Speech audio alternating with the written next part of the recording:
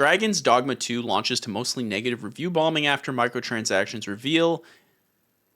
And man, what a bummer. Wow, you put that in your headline? Jeez.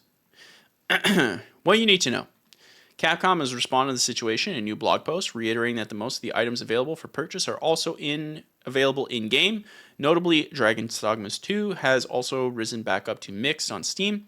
As Dragon's Dogma 2 launched on PC Thursday evening, a previously hidden suite of microtransactions became available for purchase. Okay. Right off the top, with the microtransactions coming in post-game launch, I gotta say, I don't think that's a bad idea. But the game came out what, Tuesday? And they do it on Thursday? At least a month. At least a month. Because you have to also think, right? Obviously, AAA gaming is really, really expensive, and then they obviously want to have some more return on that. I don't know the actual financial numbers to tell you like what is right or wrong. Obviously, microtransactions, when you go into a game with microtransactions in mind to support your game design, there's going to be some implicit changes that happen because of that, whether good or bad. But the thing is, those who buy microtransactions typically is not like, it's going to be your diehards, right? That buy the microtransactions. It's going to be the people who absolutely love the crap out of your game. The diehards, if you made a good game, the diehards are going to be there a month later. And all the people who would complain, the people who have no interest in the microtransactions, are just like the casuals jumping in, testing the waters, and jumping out. Like, they're not going to do that. So I think your target audience for the microtransactions, if you really want them, and this like extends to all games, if you really want these microtransactions in there, not that I would suggest that you need them, because I prefer the days when you bought a $60 game and my God, you just played the $60 game, right? That's all you needed to do. But just wait 1 month at least. Let the kinks get found, fix any issues, let people enjoy the game, let people discover the game, let them find the bottlenecks, and then you might want to even tweak your microtransactions. Just like, hey, because from my understanding is you can use these microtransactions to, so actually it says right here, things you can buy for the single-player ARPG, including fast travel points, rift crystals for hiring pawns and buying special items, appearance change, and revival consumables, a special camping kit that weighs less than normal ones, and a few others. In a response to the microtransactions, Dragon's Dogma 2 is being review bombed, with the game currently sitting at mostly negative on Steam. So again, like, just wait a month if you really, really, really want to do it. Because, like, let's just take it to like a year, right? If your favorite game, launches, it's amazing. A game comes out, it's amazing. You play it, and then a year later they decide we're going to add microtransactions. Most people not upset. They've already collected their game sales. You know, those sales have stagnated. They're not really like making any more huge bumps in sales.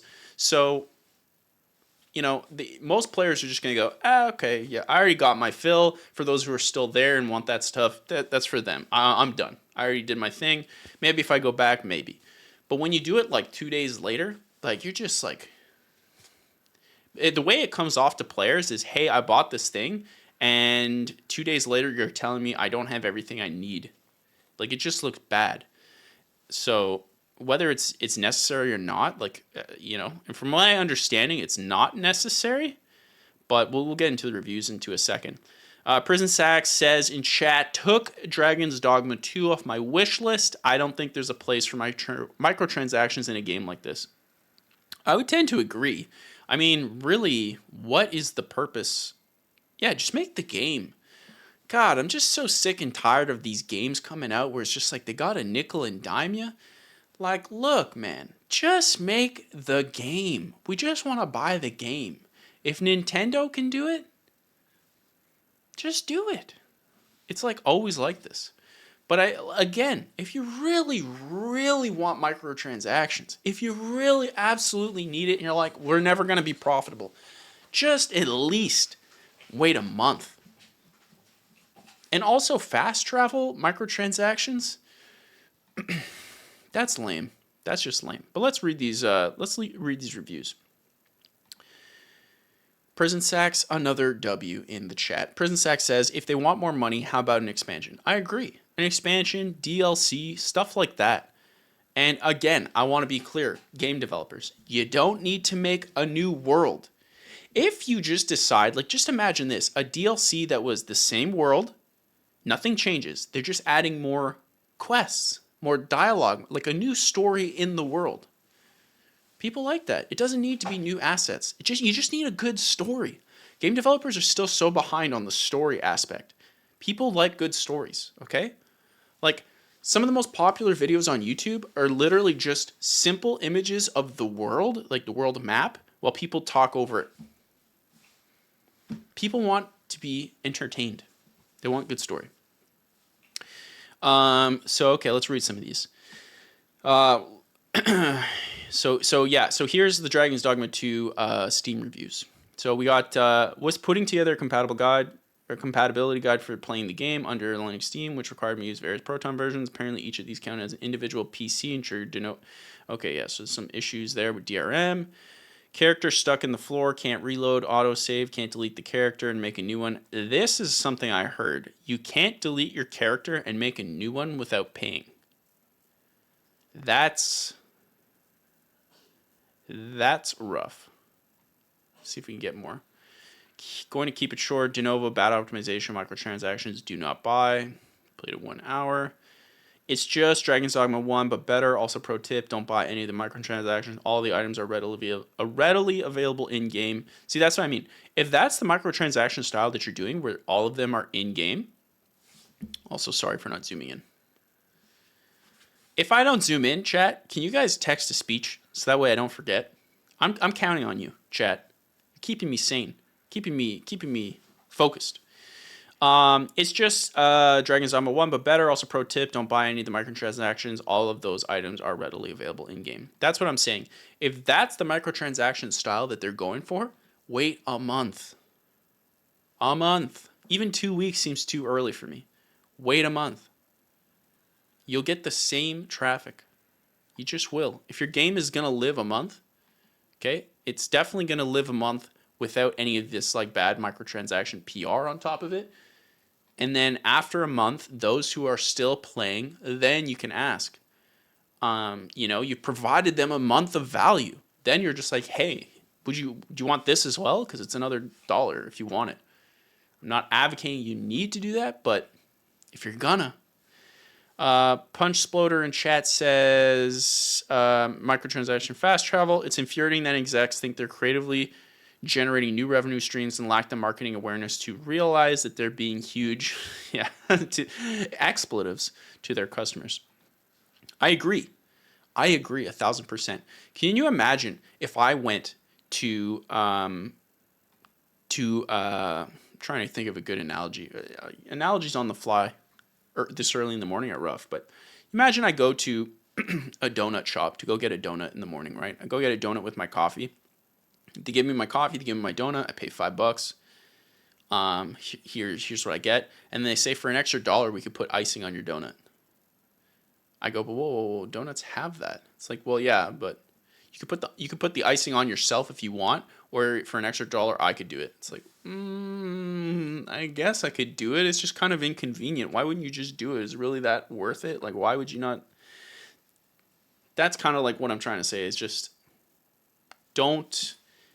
make the game, make people happy, wait a month. Once they're happy, then bada boom, bada bing. Here's an extra little smidge if you really want to. At the end of the day, it's a funnel, right? You get them in, then the diehards who play longer, that's a month later, and then of those, you get another small percentage who would want to pay for interesting microtransactions, or like was said in the chat by the beautiful Goslings, is DLC or an expansion, stuff like that. Yeah, this is kind of lame. I'm not seeing more negative. Makes you pay for fast traveling. Hold on. What is this?